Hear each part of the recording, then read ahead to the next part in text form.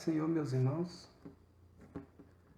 Eu sou o presbítero Flávio, da Igreja Assembleia de Deus do INCRA 9, Ministério do Guará, que tem como pastor presidente o pastor Adalino. E somos da congregação da 10ª região, Igreja Assembleia de Deus da Guariroba, que tem como pastor o pastor Davi Xavier. A igreja do INCRA 9 é pastoreada pelo pastor Marcos Lina. E nós estamos aqui mais uma vez para trazer mais uma lição da revista Atualidade Cristã, essa revista que é da Assembleia de Deus, do Ministério do Guará. E o título dessa lição é a doutrina do trinitarianismo, que vai falar sobre a Trindade. Então, nós vamos estar falando aí sobre o Deus Pai, Deus Filho e Deus Espírito Santo. Não existe bem explicitamente esse termo na Bíblia. Então a Bíblia não vai falar exatamente sobre Trindade. Mas nós vamos ter intrinsecamente na Bíblia dando valor a essas três pessoas que no caso se tornam um Deus só. Então são três pessoas agindo conjuntamente. Na introdução aqui vai estar o seguinte: estudaremos nessa lição a passagem que revelam a doutrina da Trindade, examinando o texto bíblico que se apresenta ações pessoais de um Deus único. No primeiro tópico, nós vamos falar sobre o Deus Trino. Tópico 1.1. Deus se manifesta na Bíblia em três pessoas. O teólogo cristão W. Lindex Alexandre faz uma introdução para o estudo da doutrina da Trindade, que se alinha perfeitamente ao que cremos à luz da Bíblia. Sobre esse assunto, ele diz que, embora a verdade não seja formalmente anunciada na Escritura, ela pode estar implícita na afirmação da Escritura. Nesse caso, a doutrina é uma conclusão retirada indubitavelmente daquilo que a Escritura anuncia. A doutrina da Trindade não aparece explícita na Bíblia, mas com facilidade lá encontraremos de forma implícita o que veremos a seguir. Então, por não ser um fato que esteja escrito a Trindade na Bíblia, não está bem explícito essa palavra, então surgem pensamentos diversos. Até quem diga que esse termo se originou de formas de religiões pagãs, mas o que nós vamos ver aqui é que o nosso pensamento e o pensamento que o autor quis trazer aqui é um pensamento que está implícito na Bíblia. Então, vamos ter prova de que realmente esse pensamento é um pensamento coerente. No tópico 1.2, vai falar sobre como Deus se apresentou em natureza.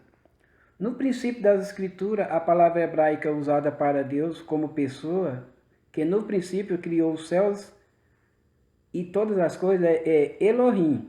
Nesse termo, na língua hebraica, tem o sentido de pluralidade, dando a ideia de mais de uma pessoa, que no caso da criação estava agindo para o mesmo propósito. Gênesis 1:3. E que nesse texto bíblico esclarece com segurança que houve pluralidade de ação. A ação de criar, a ação de mover e a ação de dizer.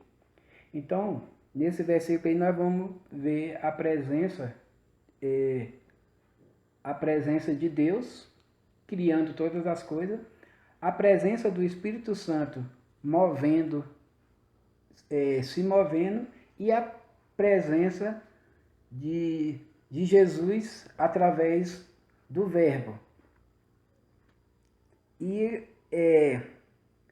no nosso fundamento vai estar escrito: admoesta-os a que se sujeitem aos principados e potestade, que lhes obedeçam e estejam preparados para toda boa obra.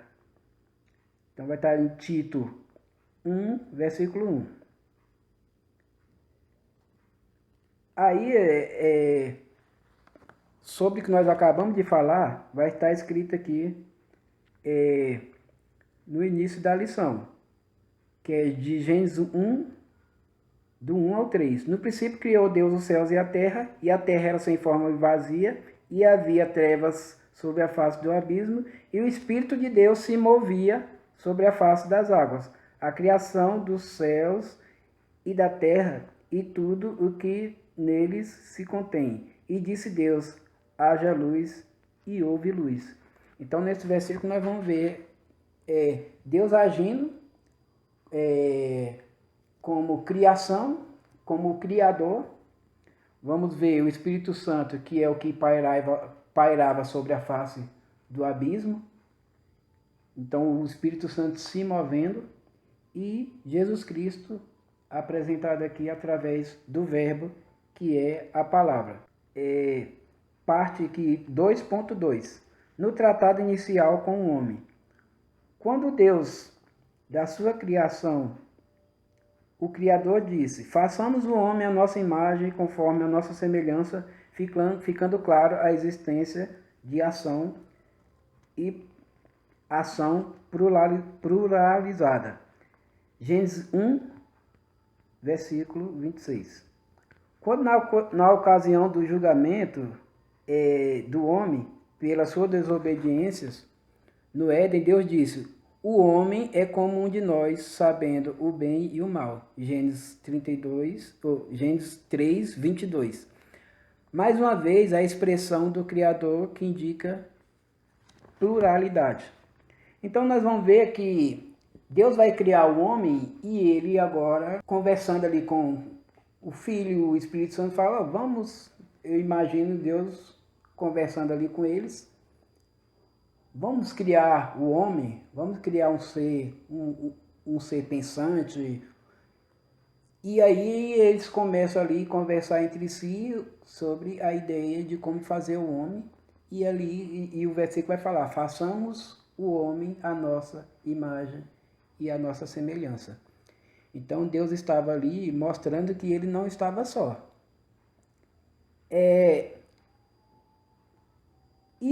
Mas nós vamos ver que essa criação do homem é uma criação do homem Adão.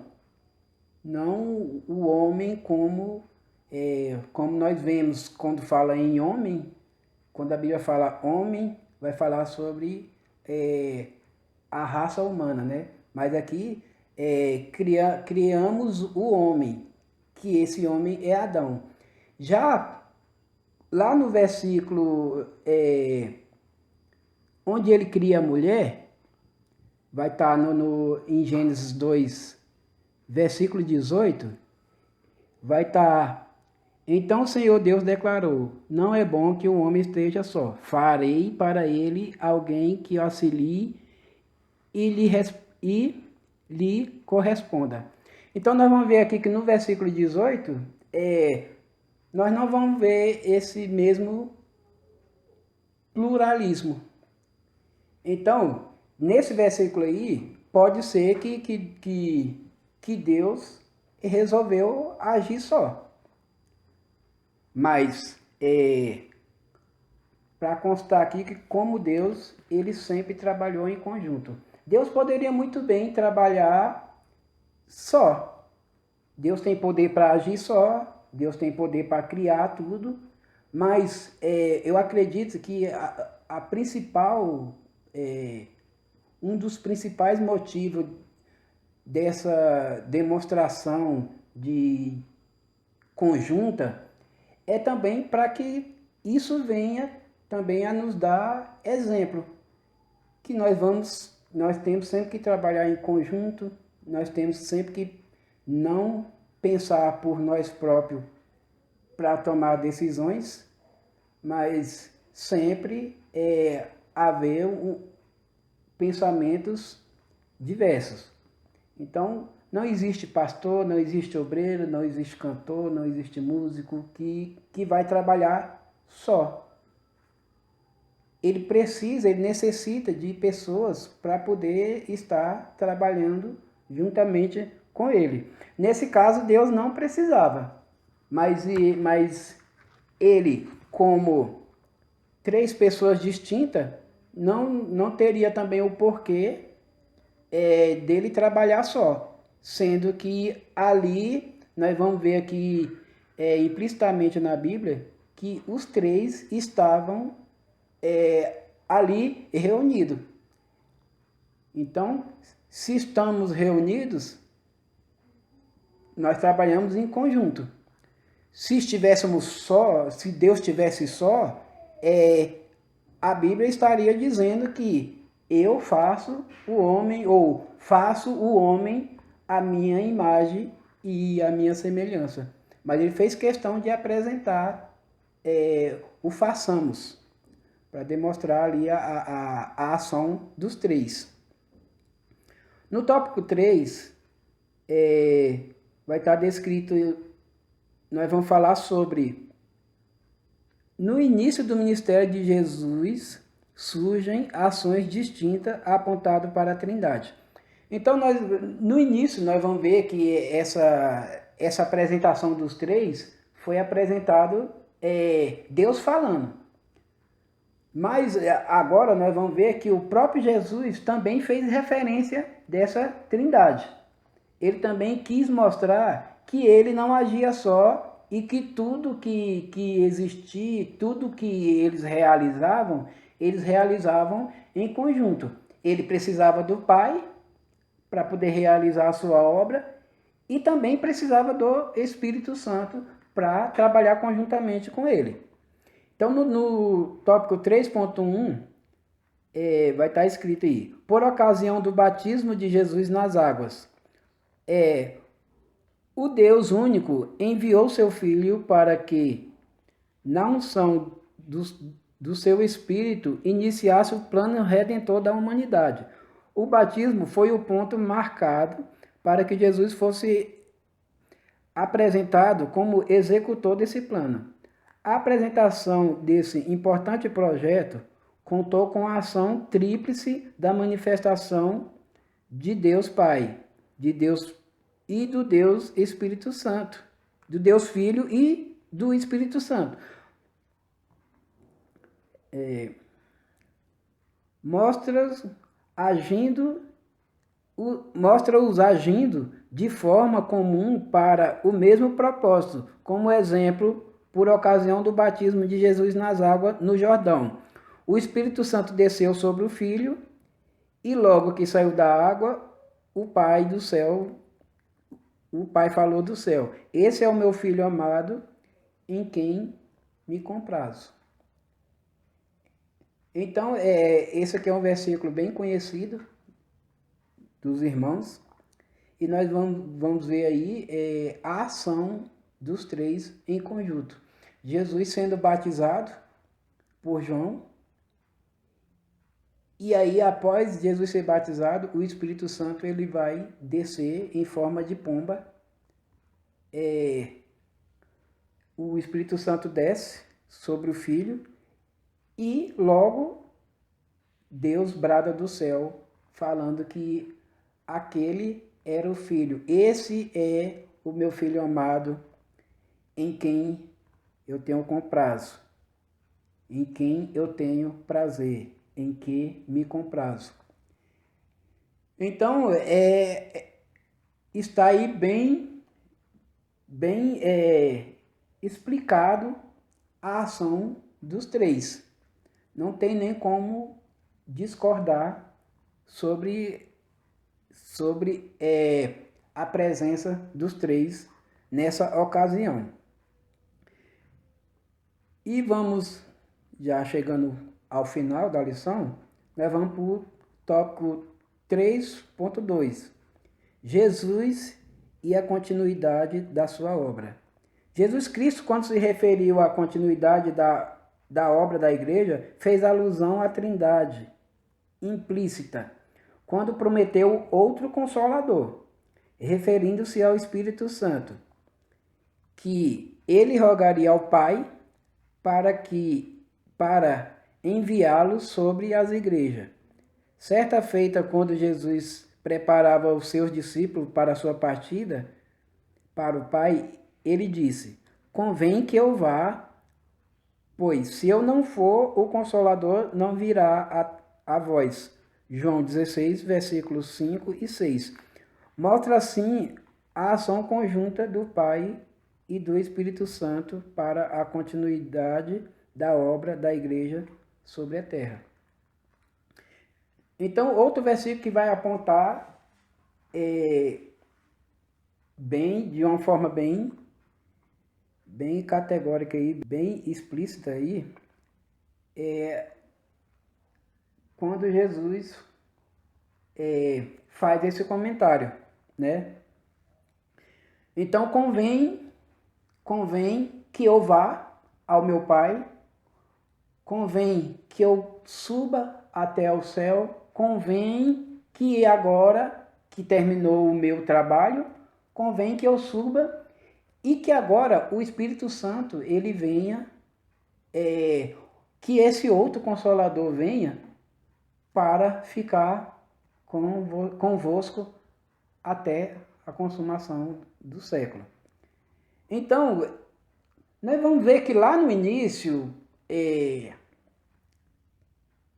quando Deus fez Adão, Deus ele via e conversava com o homem. Deus conversava todo dia com o homem. Então Deus vinha e se fazia presente, e ali, imagina ali Deus conversando com Adão no jardim, andando por todo o jardim. Quando acontece o pecado, Deus distancia do homem. E aí ele começa a conversar com o homem só através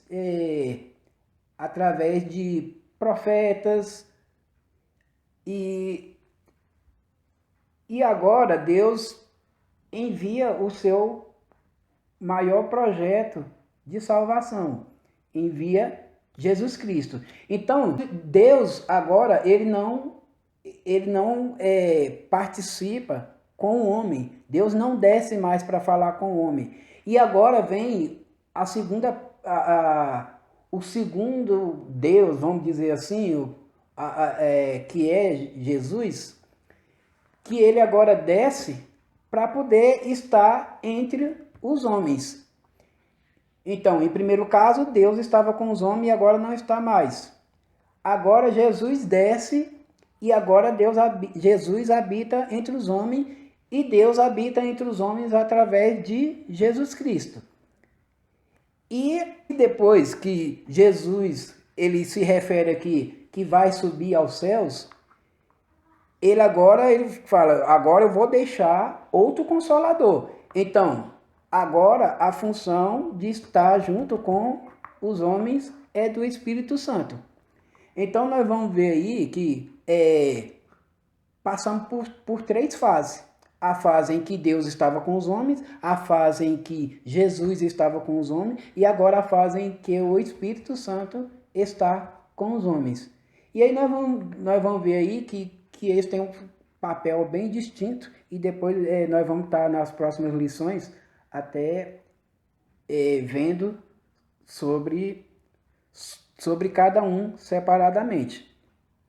Mas o Espírito Santo, ele tem a função de convencer o homem, e ali quando o homem, o ser humano começa a pedir a Deus, pedir a Jesus Cristo, o Espírito Santo ele age levando essa oração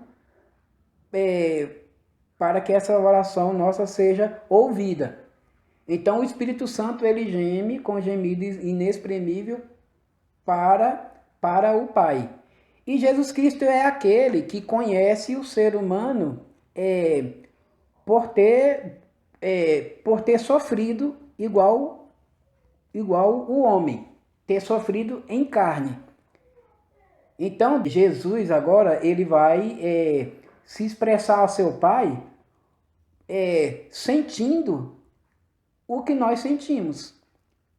Então, muitas vezes a gente comete algo e Deus e Jesus, ele vai falar com o Pai, tudo isso que ele passou, eu passei, eu sei que é difícil.